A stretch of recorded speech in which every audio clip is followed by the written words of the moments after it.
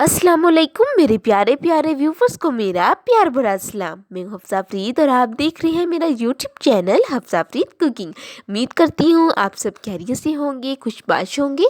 आज मैं आप सबके साथ पकौड़ों की ऐसी रेसिपी शेयर करने जा रही हूं जिसमें ना ही ज़्यादा मसालों की ज़रूरत होगी और ना ही ज़्यादा वेजिटेबल्स की। बस आपके पास 2 अदद आलू हो और सिर्फ नमक और मिर्च हो तो आप पकौड़ों की ये रेसिपी बना सकते हैं। सिर्फ 2 मिनट में आप ये बनाकर मेहमानों को सर्व कर सकते हैं, या फिर ठंडा मौसम और बारिश का मौसम तो आप चाय के साथ भी खा सकते हैं। तो बहुत ही आसान सी रेसिपी है। चलिए फिर इस रेसिपी को स्टार्ट करते हैं। बिस्मिल्लाहिर्रहमानिर्रहीम। ये मेरे पास 2 अदद आलू हैं जिसको ग्रेट कर लिया है। साथ ही एक दरमियाने साइज का प्याज है और जिसको जूलियन स्टाइल में मैंने काट लिया है, आप देख सकते हैं।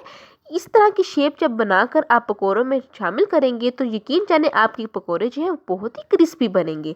ये ग्रीन प्याज है, तकरीबन 1 टेबलस्पून के करीब ले लेंगे। इसका जायका बहुत ही मज़े का होता है। एक दरमियाने साइज़ का टमाटर है और 4 से 5 अदद सब्ज़ मिर्चें हैं जिनको मैंने चॉप कर लिया है। तो देखिए माशाल्लाह से कितने कलरफुल लग रहे हैं ना। तो साथ ही आप कुछ स्पाइसेस हम शामिल करते हैं। तो यहाँ पर 1 टीस्पून के करीब लाल मिर्च पाउडर शामिल करेंगे। साथ ही यहाँ पर मैं साबुत धनिया ऐड कर रही हूँ, तकरीबन 3 अदद चम्मच। तो जो है ना साबुत धनिया, इसका जायका जो है पकौड़ों में बहुत ही मज़े का लगता है। मुंह में जाते हैं तो क्रंच सा फील होता है। तो साथ ही हाफ चम्मच हम हल्दी शामिल कर देंगे, हाफ चम्मच नमक शामिल कर देंगे।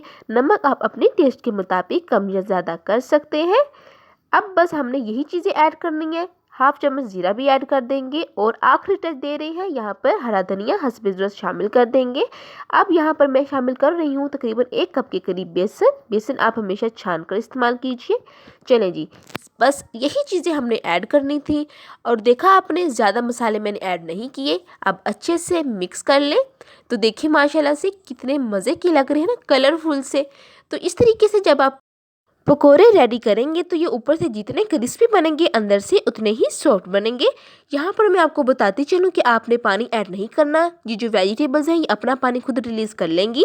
तो 10 मिनट आपने स्टे देना है। तो देखिए 10 मिनट बाद अच्छे से जो है अमेज़ा वो स्टेबल हो चुका है। बस आपने इतना ही रहने देना है कि जो चीज़ें हैं, तमाम जो वेजिटेबल्स हैं वो आपस में जुड़ जाए।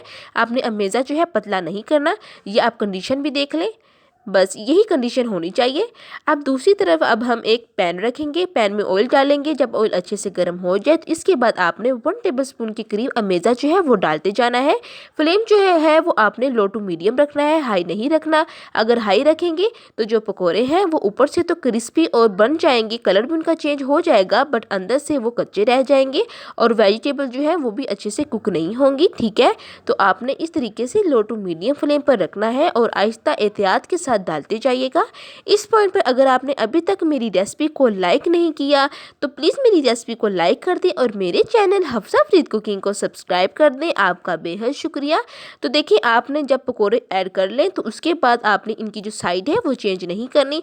चंद सेकंड बाद आपने इनकी साइड चेंज करनी है ताकि इनकी पोजीशन स्ट्रॉन्ग हो जाए और जो पकोड़े हैं वो टूटे भी ना। तो देखिए यहाँ पर मैं स्पैचुला की मदद से इनकी साइड जो है वो चेंज कर रही हूँ और माशाल्लाह से जैसे जैसे ये बन रहे हैं वैसे वैसे इनका जो कलर है वो भी चेंज हो रहा है और क्रिस्पी भी बन रहे हैं। तो इस तरीके से तो मैं पकोड़े बनाती हूँ। झटपट आप ये पकोड़े बना सकते हैं, अपने मेहमानों को सर्व कर सकते हैं। साथ ही साथ बारिश का मौसम हो, ठंडा मौसम हो तो आप चाय के साथ भी सर्व कर सकते हैं। बहुत ही मज़े का इनका टेस्ट होता है। तो देखिए माशाल्लाह से इस तरीके से ही हम तमाम पकोड़े जो हैं वो रेडी कर लेंगे और जो दूसरा बैच है वो भी रेडी कर लेंगे। अब देखिए आहिस्ता आहिस्ता हम एहतियात से इनकी जो साइड है वो चेंज कर रहे हैं। तो बहुत ही मज़े की खुशबुएं आ रही हैं। तो देखिए बस आपको 5 मिनट लगेंगे और पकोड़े जो हैं वो रेडी हो जाएंगे। अब स्ट्रेनर की मदद से इनको निकाल लेते हैं ताकि जो इनका अजाफी ऑयल है वो रिलीज़ हो जाए, निकल जाए। तो देखिए हमने तमाम पकोड़े रेडी कर लिए। अब दूसरा बैच भी ऐसे रेडी करेंगे।